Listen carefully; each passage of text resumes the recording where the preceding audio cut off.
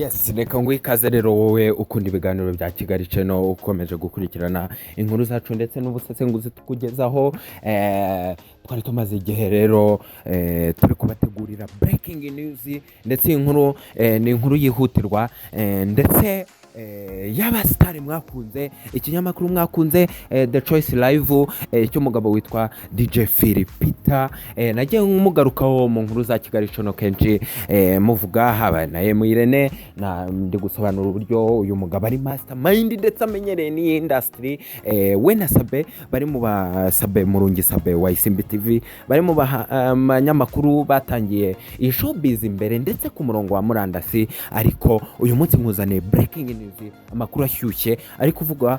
muri The Choice Live y'uyu mugabo DJ Philipita ndetse afatanyije na Irene aho bakoranaga n'umunyamakuru wari umaze gukomera ndetse no kugirirwa igikundiro hano muri industry nyarwanda witwa Moses Iradukunda. Inkuru rero twatubazaniye hano kuri Kigali Channel nuko uyu Moses Iradukunda bisa nkaho bijye kubiherezo ku kiganiro yakoreraga kuri The Choice Live kubera umwuka mubi wamaze gututumba hagati ya Moses Iradukunda ndetse na boss w'iyi televiziyo witwa DJ Philipita bananirwa kumvikana kubera ikintu twakomeje gukomozaho. Philipita ni umugabo ukunda kwikubira ukunda kwigwizaho ibintu byose ndetse ubushaka ko ari ugaragara ari ubonwa aho uyu musore rero Moses Iradukunda warutangiye kugenda bizamukamo neza ndetse ubona ko bamwentroduza neza ndetse wagiye ugaragaza igikundiro kuri iyi plateau yari iriho Irene DJ Philipita ndetse na Moses ariko akagenda agaragaza yuko atangiye kugira dominance. Philipita rero ntibyamushimishije ntago ari inkuru yatumye yumva ko ari iterambere rya channel ye ahubwo yabonye ko ari ishyamba ndetse umwuka mubi wahise ututumba hagati ye n'uyu Moses ariko umwuka mu nkuru za Kigali Channel twari twabagejejeho yuko Irene atabanye neza na Philipita ndetse uburyo Irene yari yarafunguye MIE iyi Empire iri kumanaginga abahanzi harimo niyo Bosco ndetse na Vestina Dorcas nyuma yuko ayifunguye Philipita akihangana ndetse akavuga ati nta kundi bibaho nkuko nanjye mfite yitwa DJ Philipita 250 ncisha y'ibihangano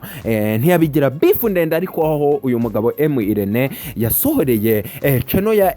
Mordecai Nation byatera uruntu bitera umwuka mubi ndetse bitera no kutumvikana hagati y'iki gitangazamakuru cya The Choice Live. Ibyo rero byaje kugiraho ingaruka. Moses Iradukunda baritari kumvikana na DJ Philipita ku mafaranga ndetse murabizi ko amafaranga ariyo abantu bose bateranya ndetse iyi mpamvu y'amafaranga yaje gutuma Irene twagiye tubagezaho amakuru yuko agushaka gutandukana na Philipita nawe akikorera akava mu bintu byo kugira bossi ndetse nawe wari umaze kugenda atera imbere haba ku buryo bw'amafaranga ndetse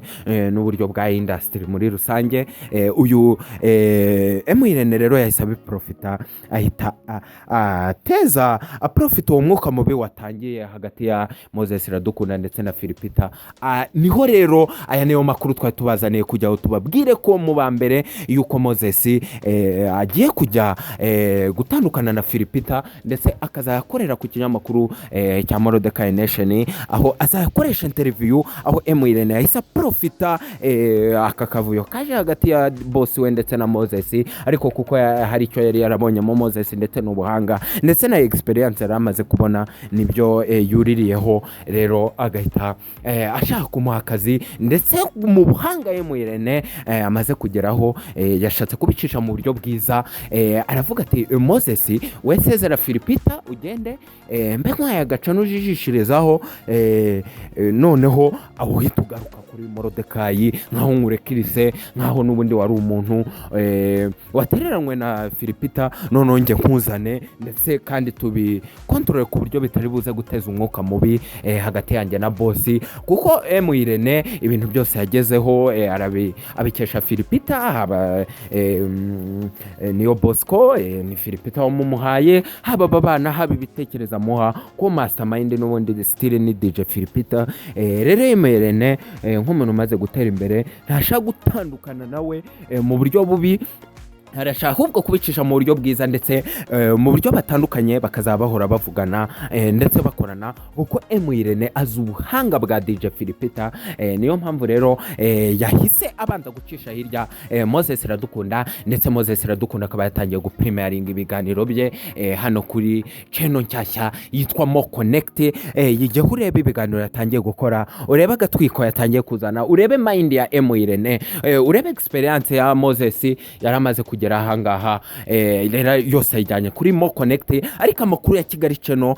arabasobanurira yuko aha hantu atari buhatinde, ahubwo ari do passage kugira ngo aze kuri Mordecai Nation. Iyi channel imaze kugira abasubscribe benshi kandi nta n'ibikorwa yari yagira kubera izina rya Irene. Rero n'aya makuru twari tubazaniye kugira ngo tubanze tumene umuceri imbere y'ibindi binyamakuru. Mubanze mwumve kuraho kugana, mubanze mwumve DJ Philipita twavuze mastermind muri iyi game, arakuzana akakubrandinga ndetse akagubyaza umusaruro. Mu minsi ishize mwari mubizi ko ibiganiro byinshi byakoreshwaga na Irene, ndetse Moses nawe kaza backing hafi aho kandi yigaragaza, ndetse ari mu bantu bari bafite inshingano nyinshi, ndetse nk'abantu bakurikiranira hafi The Choice Live. Mwibuke ko kuri The Choice hari hamaze igihe hariho na nimero za Moses Iradukunda, byumvikane ko rero ari we wari uri kujya akontorora ibintu byinshi, haba kubatumirwa, haba kujyanye n'ibiganiro bakora. Uyu rero Irene yahise profita uko kutumvikana gatoya, ndetse ahita yemerera amafaranga menshi